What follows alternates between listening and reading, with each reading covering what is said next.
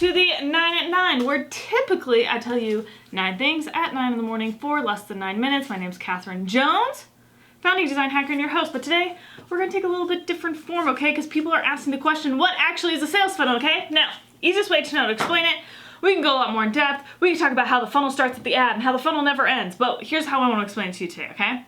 A funnel is simply a series of web pages strung together that hold a customer's hand through the sales process. A series of web pages strung together that hold a customer's hand through the sales process. Now, if we're going to simplify this even further, typically what happens is we sell one product per page. Why? Because it allows us to guide them through the sales process.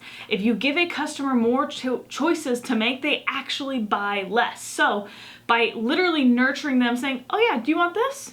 Okay, great. Oh, only after they say yes to this are you going to sell them to this. And only after they say yes to this are you going to sell them this.